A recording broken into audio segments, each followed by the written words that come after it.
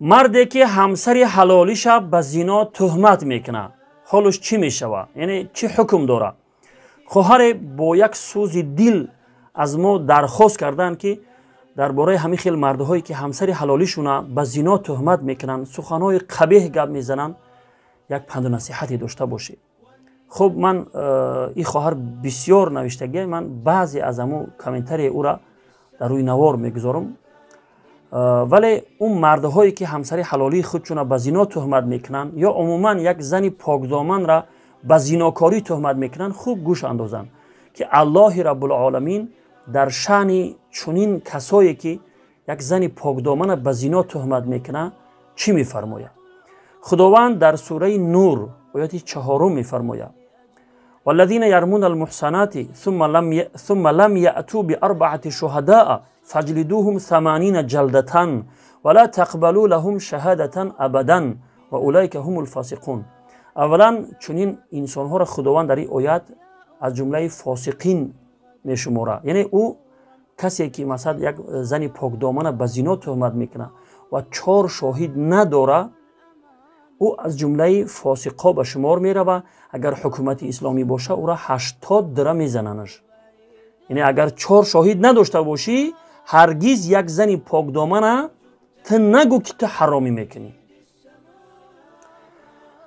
خداوند میفرماید که کسایی که زن پاکدامن را به زنا تهمت کردن و در حالی که اونها 4 شاهد ندارن، پس اونها را شما 80 دره بزنید و شهادت اونها را هرگز قبول نکنید و اینها از جمله فاسقان هستند.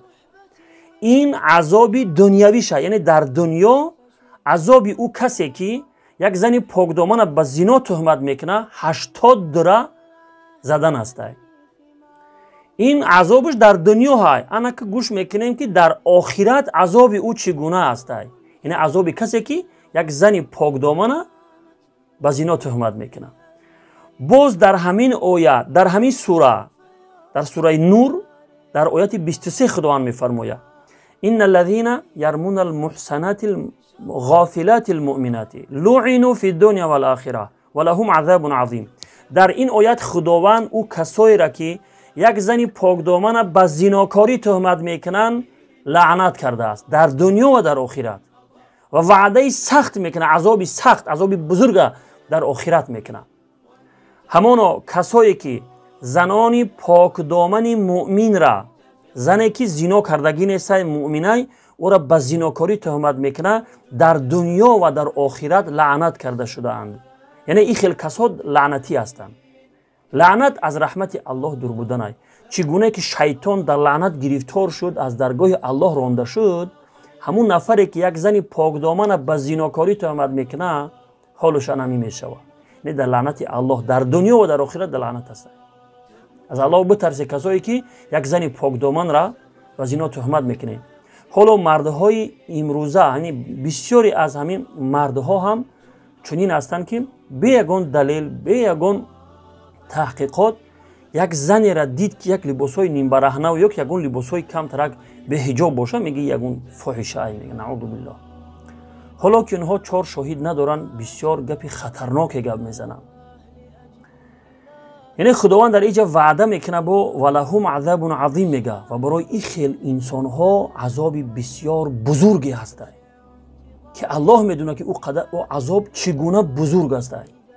از الله بترس اون نفری که یک زن پاکدامن را اگرچه به حجاب است ولی زناکاریش که تو ندیدی هرگز او را فاحشه نگو، هرگز او را به زنا تهمت نکن. خصوصا همسر حلالی خطا، مادر فرزندای خطا هرگز به زناکاری تهمت نکن. البته زن تا کنترل بکن، هر یک قدم او را تو نظارت بکن، ولی بدون یگان دلیل تو حق نداری که همسر حلالی خطا یک زن پاکدامن را به زناکاری تهمت بکنی. از الله بترس، حالی تو در آخرت چه میشه و این را تو فراموش نکن. این بود عذابی اخرویش. در دنیا 80 دره زدن ای شهادتش مردود میشوه طبق آیت 4 سوره نور و در آیت 23 میفرماید که اینها در دنیا و در آخرت در لعنت هستند. یعنی کسی که یک زن پاکدامن را بدون یگان دلیل، بدون شاهد تهمت به زنا میکنند در دنیا و آخرت در لعنت هستند و در آخرت برای اونها عذاب دردناک است. و در روایت بخاری هم آمده است که جناب رسول الله صلی الله علیه و سلم 7 گناه هلاک‌آور را ذکر میکنند. 7 گناه خطرناک ذکر میکنه که یکی از اون 7 گناه هلاک‌آور تهمت زدن زنان پاکدامن است و قذف المحصنات المؤمنات الغافلات میگه. در اول حدیث میفرمه اجتنبوا از 7 الموبقات میگه پیامبر خدا شما از 7 گناه هلاک‌آور پرهیز بکنه میگه.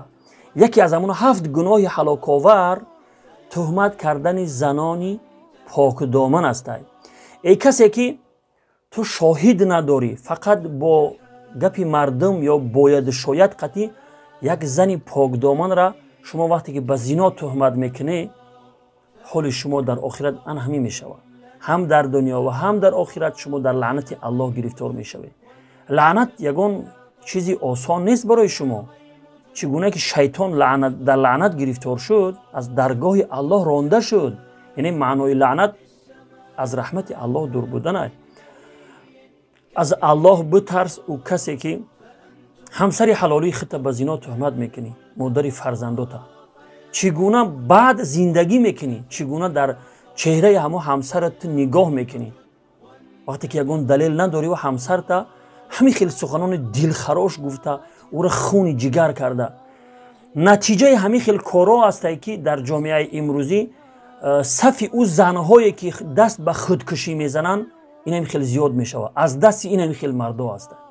یعنی در خاندانشون وقتی که اونها ظلم ستم میبینن از جانب همسراشون از جانب خیش و تبار همسرشون یعنی خشتامن قیسینگلا هیورها پس زن وقتی که در خاندان شوهرش دیگه در کنار همسرش مثلا آرامش که نداره میرود دست به خودکشی میزنه.